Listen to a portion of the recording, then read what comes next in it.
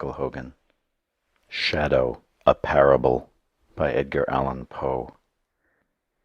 Yea, though I walk through the valley of the shadow. Psalm of David. Ye who read are still among the living, but I who write shall have long since gone my way into the region of shadows. For indeed strange things shall happen, and secret things be known, and many centuries shall pass away, ere these memorials be seen of men. And, when seen, there will be some to disbelieve, and some to doubt, and yet a few who will find much to ponder upon in the characters here graven with a stylus of iron. The year had been a year of terror, and of feelings more intense than terror, for which there is no name upon the earth. For many prodigies and signs had taken place, and far and wide, over sea and land, the black wings of the pestilence were spread abroad. To those, nevertheless, cunning in the stars, it was not unknown that the heavens wore an aspect of ill, and to me, the Greek oinos, among others, it was evident that now had arrived the alternation of that 794th year when, at the entrance of Aries, the planet Jupiter is conjoined with the red ring of the terrible Saturnus.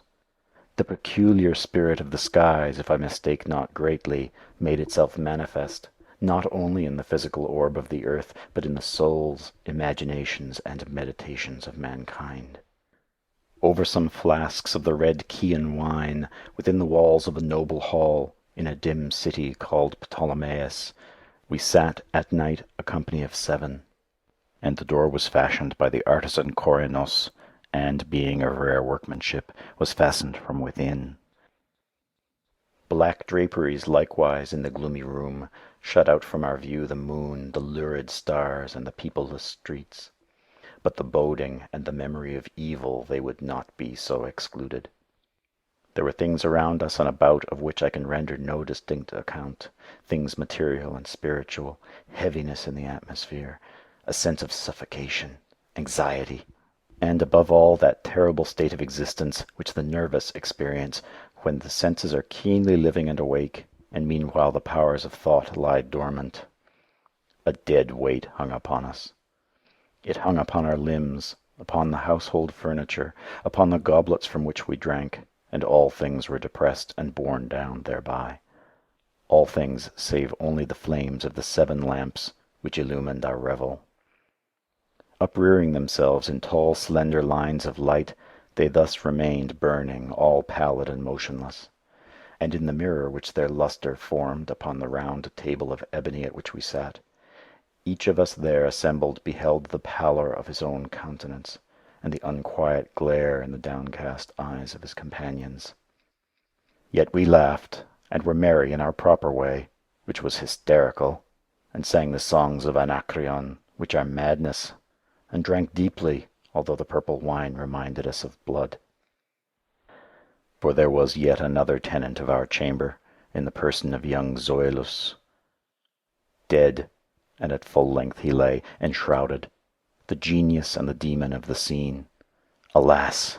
He bore no portion in our mirth, save that his countenance, distorted with the plague, and his eyes, in which death had but half extinguished the fire of the pestilence, seemed to take such interest in our merriment as the dead may haply take in the merriment of those who are about to die. But although I, Oinos, felt that the eyes of the departed were upon me, still I forced myself not to perceive the bitterness of their expression, and gazing down steadily into the depths of the ebony mirror, sang with a loud and sonorous voice the songs of the son of Taeos.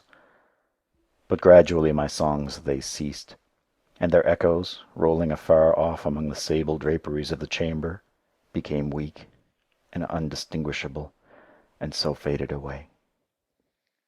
And lo, from among those sable draperies where the sounds of the song departed, there came forth a dark and undefined shadow, a shadow such as the moon, when low in heaven, might fashion from the figure of a man. But it was the shadow neither of man nor of God, nor of any familiar thing. And quivering a while among the draperies of the room, it at length rested in full view upon the surface of the door of brass.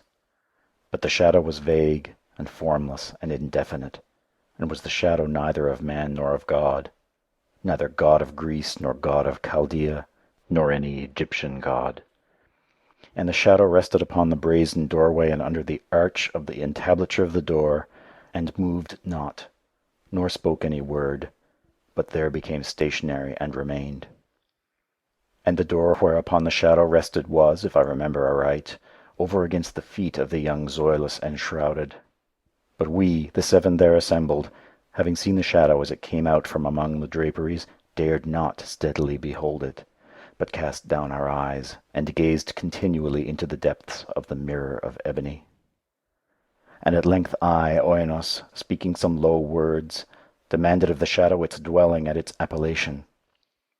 And the shadow answered, I am Shadow, and my dwelling is near to the catacombs of Ptolemais, and hard by those dim plains of Halcyon, which border upon the foul Charonian canal.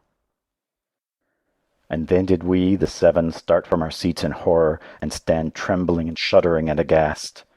For the tones in the voice of the shadow were not the tones of any one being, but of a multitude of beings, and, varying in their cadences from syllable to syllable, fell duskly upon our ears in the well-remembered and familiar accents of many thousand departed friends.